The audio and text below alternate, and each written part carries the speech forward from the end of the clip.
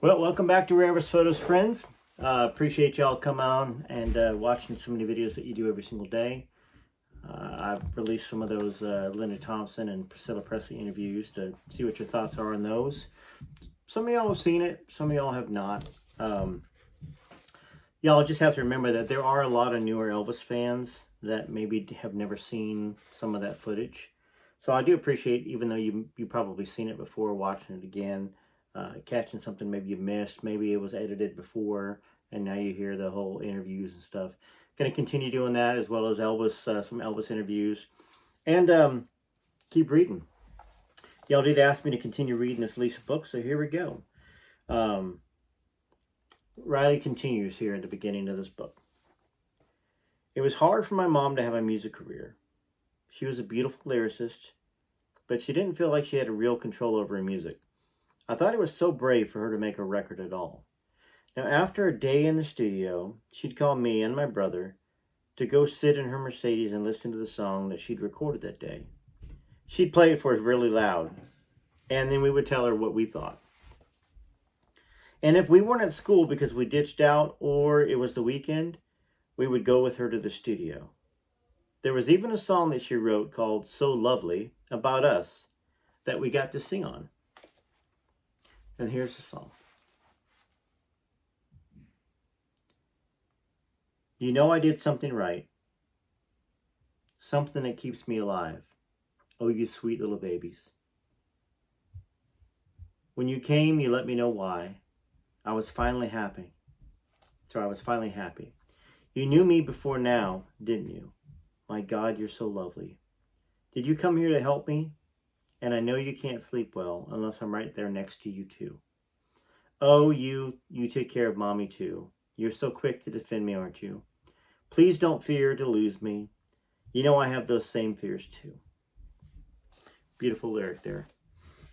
I also wanted to, before I continue reading, I've gotten a lot of emails and I've gotten some text messages and some messages on Messenger. I apologize if I haven't gotten back to them. Sometimes y'all ask me to watch videos or and I don't always have the time to review some of those things. But know that I see them and know that I appreciate you.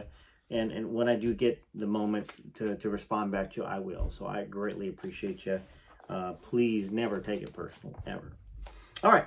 My mom loved touring, but it wasn't lucrative for her because she wasn't giving people what they thought they wanted, which was for her to cover Elvis songs. Elvis impersonators would come to her shows. She always dreaded that. She would peek out the side of the curtain before every show to see if any impersonators were in the audience to prepare herself. How weird to have someone wearing a costume of your dead father watch you sing. She really wanted to be taken seriously, but it was kind of never going to happen. Now, despite the Elvis impersonators, my mom, she loved the tour life, and we loved it too. We'd go on the tour bus with her, sleep in bunks, go from city to city, in and out of motels, to shower, and then to another town. Another Cracker Barrel, another Waffle House, sound check, take a nap, play the show. She loved finding local bars and playing and then hanging out. Sometimes she'd invite fans to come back to the party with us in the green room after the show. That reminded me of how Linda talked about how she loved the whole South. She loved her Cracker Barrels. My wife and I love our Cracker Barrels as well, by the way. Sometimes I'll take one of my employees to eat at Cracker Barrel, and my wife will find out. She doesn't like to eat during the day, like she likes to eat in the evening, and she drinks coffee in the morning, and she maybe has a bowl of fruit. So I don't bring back Cracker Barrel, and so because it'll just waste. But anyway, so I took her out to Cracker Barrel a couple weeks ago on a Saturday morning. It was so good, and then we went back on a Tuesday. It was so good. We love Cracker Barrel, and so did Lisa, and so did Linda, and so does Riley, and so did Ben. My son's home from school. You can probably hear him up there. This is Lisa. I loved performing live. Loved the instant feedback, the give and take with the audience. In the studio, you're often in the room by yourself, but live, I can watch people's faces. and see how my words or my music affected them. I could always see it in their faces. And then getting to meet my fans and having them tell me what my music had done for them, that was really something. Now, somebody called us. I don't want to say what her name is because she asked us not to say it. But there was a song that Lisa performed that actually saved her life. She was going to end her life. And that song stopped her from taking her own life. And she shared it with me. Beautiful song. And, that's the power of music. And not just the power of Elvis, the power of Lisa, the power of music, how it emotionally can touch us, how it spiritually can touch us. Lisa continues, I also really enjoyed interacting with both my fans and my dad's fans. I would try to do the best of my ability, almost to a fault. I'd do whatever I could, talk to them, take pictures, whatever they wanted. I would spend a lot of time doing that when I was on the road. Now, I always thought that it was important to be gracious and grateful. My songs can be sad and dark, lonely and depressing. But after the shows, people tell me that songs saved their lives because they could connect. Here I go. Very interesting that she shared that with us, my wife and I. And then in this book, it says that. But after the shows, people tell me the songs saved their lives because they could connect. They too have been in that place and lived that life. Now, I've had so many people come backstage and tell me that even if what I do is dark, it has literally stopped them from taking their own lives. Oh my goodness, somebody else feels this way? I love it when they tell me that. It makes me want to keep doing it. Now we're back to Riley here. I saw the pressure of the business from her very first single, Lights Out. Every time the record company sent it to her for approval, it was more countrified, targeting Elvis's fans. I remember sitting in her Mercedes saying, I liked the original version, but I really don't like this. The company was resistant to what she wanted. She was resistant to what they wanted, and that's how it went. Now this is Lisa. I don't like to perform Elvis songs, but I would typically try to do something special for the fans on the anniversary of his death. Now, I'm sure that Lisa didn't say, I don't like to perform Elvis songs. She probably said, I don't like to perform my dad's songs. And Riley just turned it into Elvis. I'm just guessing it has to be, since that's what Riley calls Elvis. So I don't like to perform Elvis songs, but I would typically try to do something special for the fans on the anniversary of his death, especially if it was a big year. I did a duet with him called Don't Cry Daddy in 1997 as a surprise for the fans, and then a couple of times after that. These performances weren't part of any record, not anything I sold, except for charity ones. I feel like my performing his songs was a little cheesy on the one hand, and on the other, I like having my own identity as much as I can have one. Now, the one time I performed at Graceland in 2013, we played 3 tracks off my Storm and Grace album in the Jungle Room. I remember being comfortable because it was my home, but I also got really tight about all the people in there, the wear and tear of the situation. Oh my goodness, the carpets.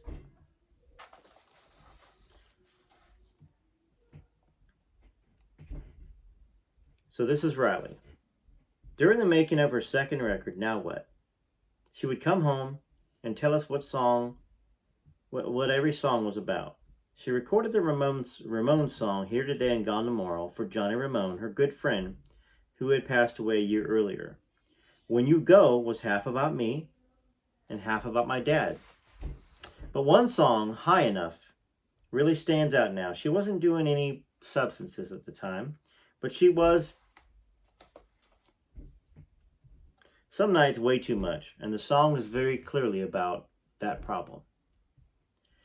But this was way before any of us could have conceived that it would become such a problem for her, though in retrospect, storm clouds were gathering even then.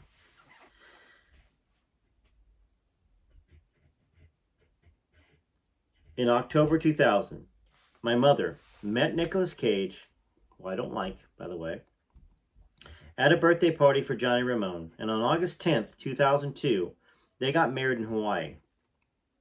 I was 13 When she met Nick, she had been in a serious relationship for 2 years with a musician named John Ozaka. Now, she and John were passionately in love, and they had been engaged for a while, but he was 6 years younger than she was.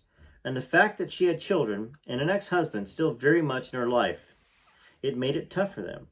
Eventually, they broke up, and she often wondered how her life would have gone had they not. Crazy stuff continued. There were further attempts to poison the well with my dad, for example. People close to my grandmother, which is obviously Priscilla, and I would doubt that it was people close to the grandmother. It's probably Priscilla planting this stuff. People close to my grandmother told my mom that Danny had been selling my mom out to the press, trying to get her money. To prove it, they put a PI on my dad for months. At one point, he was playing blackjack for money in Vegas, and the PI followed him there.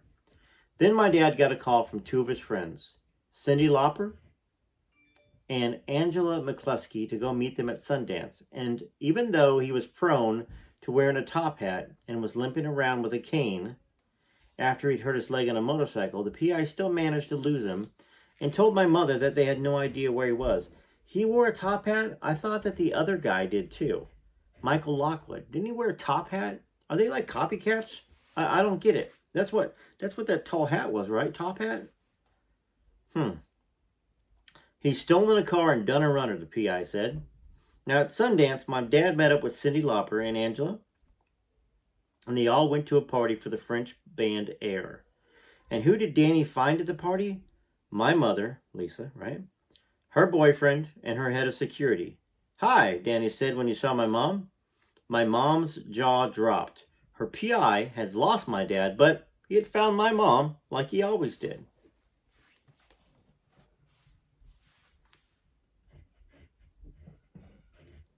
Well, my mother's relationship with Nick Cage was very short-lived.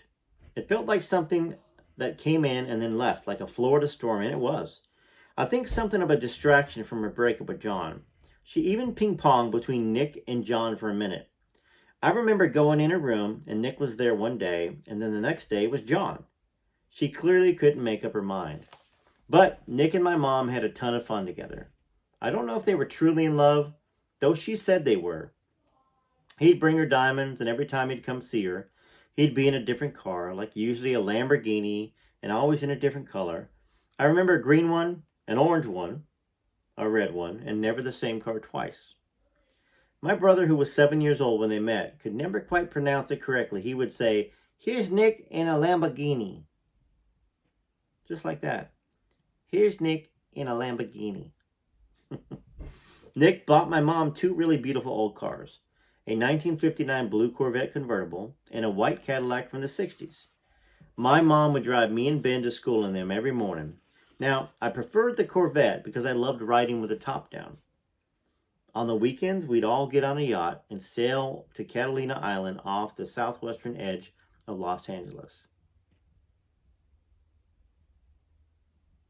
So, Catalina Island, beautiful island. It's about a 30 to 45 minute ferry ride from Santa Monica-ish. I think that's but I went there once. It's beautiful. Enjoyed it. On one of those trips, she and Nick got into a fight, and her $65,000 engagement ring somehow ended up in the ocean. She claimed during a later Diane Sawyer interview that it was worth more than that, and also that she didn't throw it, but that it was indeed thrown. Well, Nick took it off of her finger and then threw it in the ocean? Maybe. It always seemed like a volatile relationship. A diver was immediately called to try to find it, but there was no chance. At its deepest, the ocean between Catalina and LA is 3,000 feet. So Nick bought her another ring, this one even more expensive than the first. It was on that yacht that I first saw the movie Jaws. My mom made me and my brother watch it. She loved horror movies, especially if she could watch them in a scary setting. So we saw Jaws on a yacht in the middle of the ocean. Misery, we saw that movie while holed up in a ski lodge in Jackson Hole. The Ring, that's a scary movie, in Japan. And Black Christmas on Christmas night, stuck in a cabin on Lake Arrowhead. Now, she and my brother loved it, screaming and laughing all the way through. though it was never my thing. In fact, I was completely traumatized, said Riley. It didn't end with movies. One day at my school, my mom showed up dressed as Michael Myers from Halloween. Another time, she came as a dead and bloody Marie Antoinette. We got back at her, though. Ben and I would take turns putting Michael Myers masks on and chasing each other and her around the house. She'd be more scared than anyone. Now, after 108 days, her hurricane of a marriage to Nick Cage was over. In that interview with Diane Sawyer, my mom said of the relationship, we were so dramatic, the two of us, that we just couldn't stay contained. Well, that's going to wrap up that reading. What do y'all think? And what do y'all think about the relationship she had with Nick Cage? Did y'all like it? Do y'all still like Nick Cage? Do you not like him at all? What about his movies? I'm going to play a little song for y'all while you write your comments. And TCBTLC, till next time, this is Rare Photos. Thank you for sticking with me. Take care of yourselves.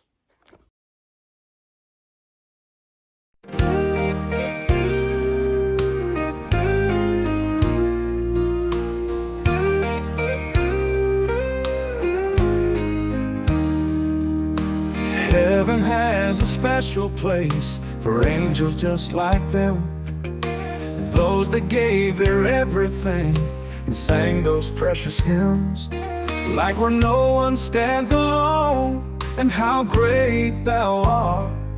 Sure, they were less than perfect, but that they shared a giving heart. From here to the great unknown, they found a way into our hearts and homes. Elvis and his sweet Lisa Marie won't be forgotten for all of history. They have gone where no one stands alone, from here to the great unknown. One was born in 1935, as poor could be. The other born in 68 to music royalty. From here to the great unknown, they found a way into our hearts and homes. Elvis and his sweet Lisa Marie won't be forgotten for all of history. They have gone where no one stands alone, from here to the great unknown. One was born in 1935, as poor could be. The other born in 68 to music royalty. From here to the great unknown, they found a way into our hearts and homes. Elvis and his sweet Lisa Marie won't be forgotten for all of history. They have gone where no one stands alone, from here to the great unknown. For no one stands alone, from here to the great unknown.